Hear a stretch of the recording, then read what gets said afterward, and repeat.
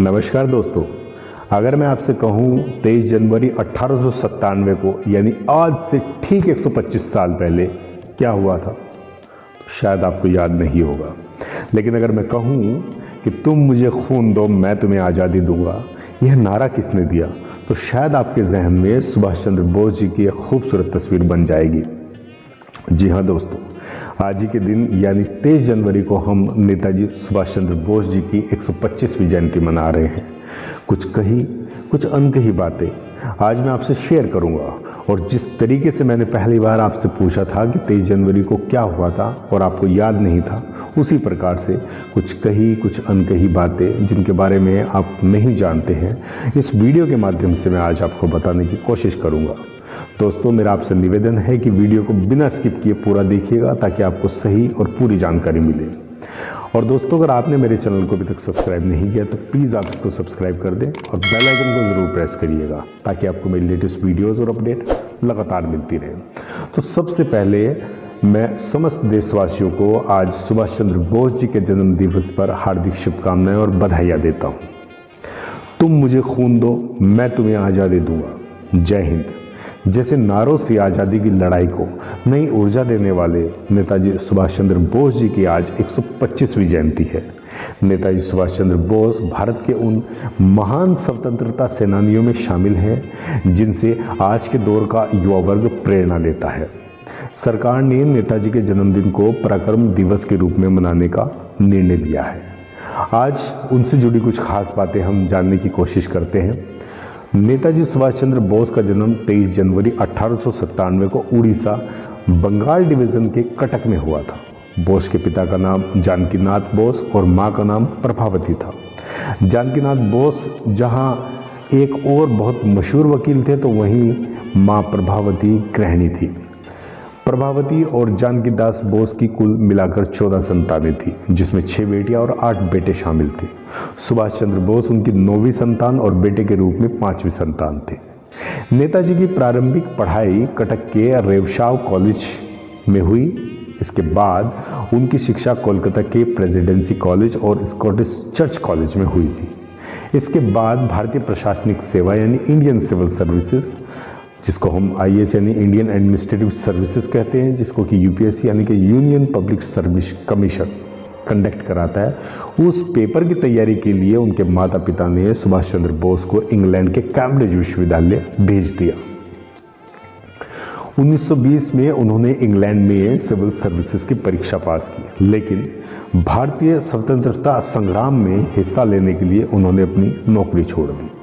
जी हाँ दोस्तों, जहाँ एक और आज आदमी पियोन की सरकारी नौकरी लेने के लिए उतावला रहता है, वहीं IAS यानी इंडियन सिविल सर्विसेज जैसे बड़े पेपर को पास करने के बाद सुभाष चंद्र बोस के अंदर देशभक्ति की भावना इतनी जागृत थी कि उन्होंने अपनी नौकरी को दांव पर लगा दिया और अपनी नौकरी छोड़ दी। सिविल सर्विसेज छोड़ने के बाद वह देश को अंग्रेजों के चंगुल से आज़ाद कराने के लिए भारतीय राष्ट्रीय कांग्रेस के साथ जुड़ गए। जलियांवाला बाग हत्याकांड की घटना से वह बहुत विचलित हुए। कांग्रेस में महात्मा गांधी उदार दल का नेतृत्व करते थे, तो वहीं सुभाष चंद्र बोस जोशीले क्रांति दल के प्रिय थे। इसलिए नेताजी और गांधी जी के विचार मिलते नहीं थे और वो एक दूसरे से सहमत भी नहीं थे। हालांकि दोनों का मकसद सिर्फ एक था, वो दोनों ही ये चाहते थे कि भारत को आज़ाद कराया जाए। नेताजी का ऐसा मानना था कि अंग्रेजों को भारत से खदेड़ने के लिए सशक्त क्रांति की आवश्यकता है, तो वहीं गांधी जी अहिंसक आंदोलन में विश्वास रखते थे। सन 1938 में नेताजी सुभाष चंद्र बोस भारतीय राष्ट्रीय कांग्रेस के अध्यक्ष निर्वाचित किए गए, जिसके बाद उन्होंने राष्ट्रीय योजना आयोग का गठन भी किया। 1939 में कांग्रेस अधिवेशन में नेताजी सुभाष चंद्र बोस ने गांधी जी के समर्थन में खड़े पद्मश्री सीतामरैया को हराकर विजय प्राप्त की।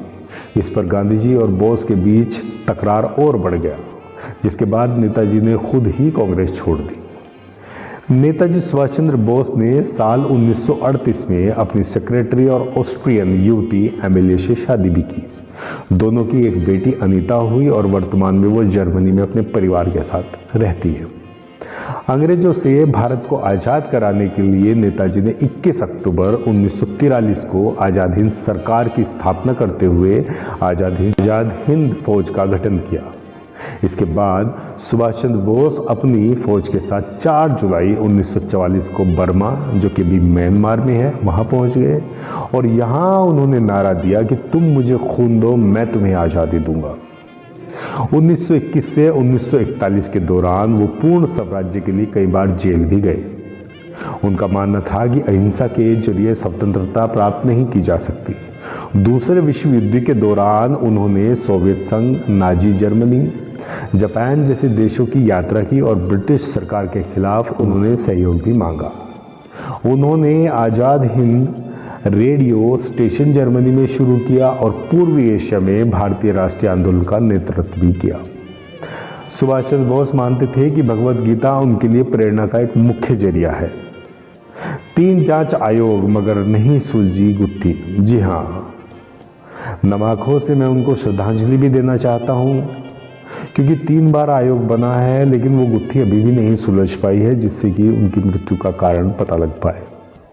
18 अगस्त 1945 को ताइपेई में हुई एक विमान दुर्घटना के बाद नेताजी लापता हो गए थे और घटना को लेकर 3 बार जांच आयोग में जांच भी बैठी, जिसमें से 2 जांच आयोग ने दावा किया कि दुर्घटना के बाद नेताजी की मृत्यु हो गई थी, जबकि न्यायमूर्ति M.K. मुखर्जी की अध्यक्षता वाले तीसरे जांच आयोग का दावा था कि घटना के बाद नेताजी जीवित रहे।